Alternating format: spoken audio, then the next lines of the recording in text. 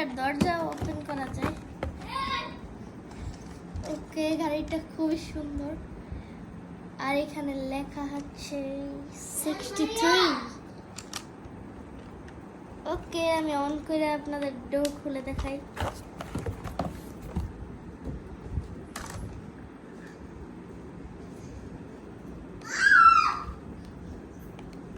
Connect হলো না কেন?